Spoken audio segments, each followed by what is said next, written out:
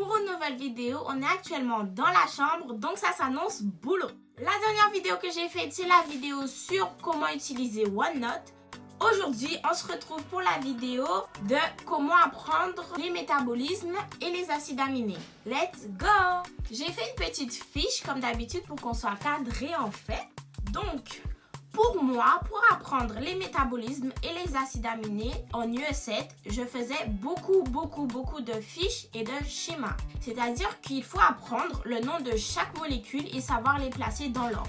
Comme par exemple ici, le cycle de Krebs, il fallait savoir chaque molécule, le nom de chaque molécule. Ça va vraiment dépendre des universités et des professeurs car parfois il faut apprendre les formules semi-développées des molécules.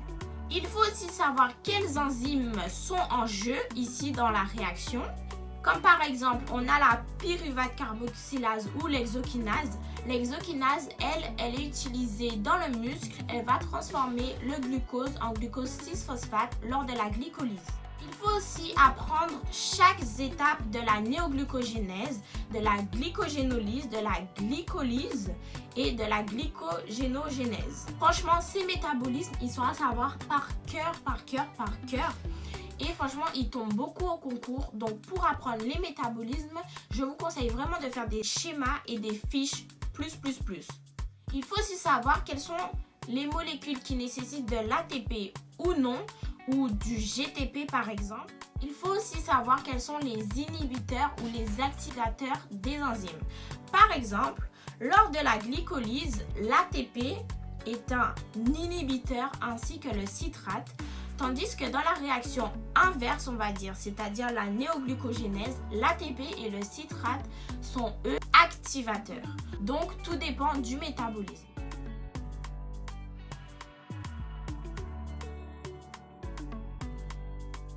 Si la glycolyse fournit beaucoup d'ATP, en situation d'excès d'ATP, alors celui-ci va être inhibiteur.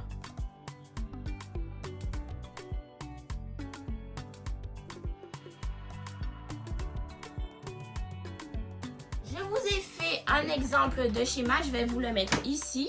C'est un exemple de schéma qu'on a au concours. Il y aura des éléments manquants et il faudra savoir quels sont ces éléments. Ici, on a la première phase, c'est-à-dire la phase préparatoire de la glycolyse, où ici 2 ATP sont consommés. L'autre phase, c'est la phase de production, mais ici, je ne vous ai pas mis en exemple. Mais en tout cas, pour la glycolyse, il n'y a pas que 4 éléments. Il y a une suite d'éléments. Donc, ne pensez pas en fait que la glycolyse, c'est juste la phase préparatoire. Non. C'est beaucoup plus long que ça, sinon ce serait trop facile. Donc ici, on a le glucose qui se transforme en glucose 6-phosphate. On a X, un substrat, et Y est un produit. Qu'est-ce que X? Ils vont par exemple vous dire que oui, X c'est du GTP et que cette enzyme utilise le GTP. L'enzyme E1 ou E2 va utiliser du GTP, alors que c'est faux. L'enzyme E1 ou E2 va utiliser de l'ATP. C'est pour ça que X en fait c'est de l'ATP qui, lorsqu'il est déphosphorylé par l'enzyme, va produire de l'ADP. Ensuite, E1, c'est l'enzyme pour le foie et celle qui est utilisée ici, c'est la glucokinase qui est spécifique du foie, tandis que E2, c'est l'exokinase qui est spécifique des muscles et des autres organes. Ensuite, on a le glucose 6-phosphate qui va être transformé en fructose 6-phosphate et il faut savoir le nom des enzymes, etc.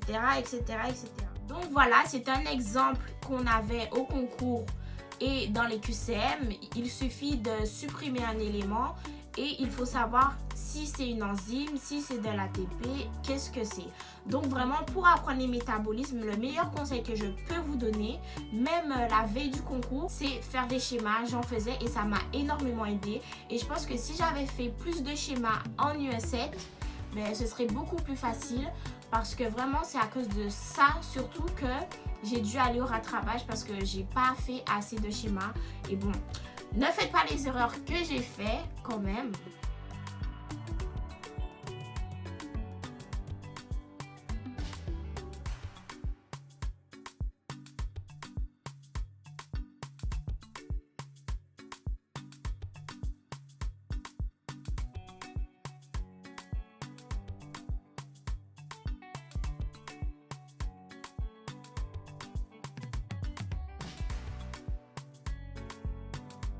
Ça, c'était pour les métabolismes.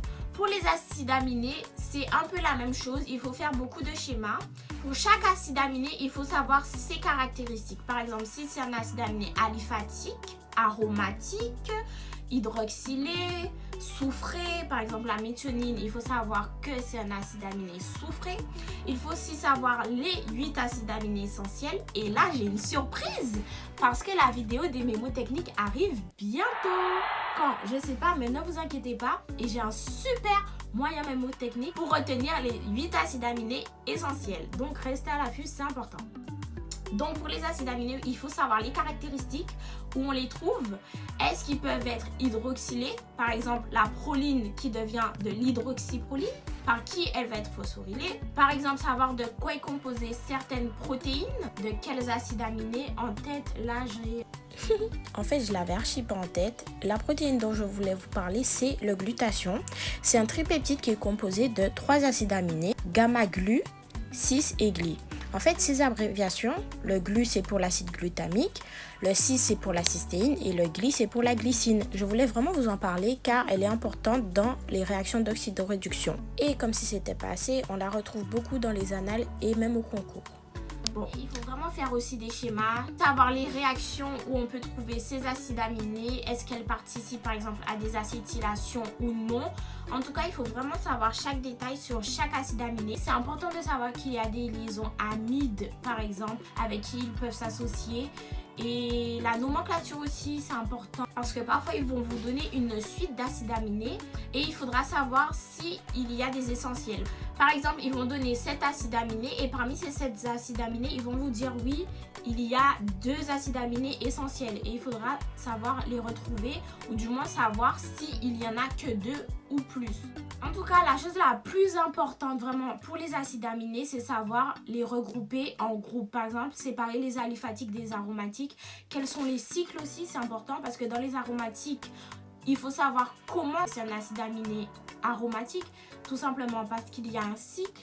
Les acides aminés aromatiques, ils sont au nombre de 3. Il y a la phénylalanine, le tryptophane et la tyrosine. Et on les reconnaît grâce à leur cycle. Donc, sous formule semi-développée, il faudra savoir quels sont les acides aminés et il faut savoir les reconnaître pour pouvoir répondre aux questions qui vous seront proposées.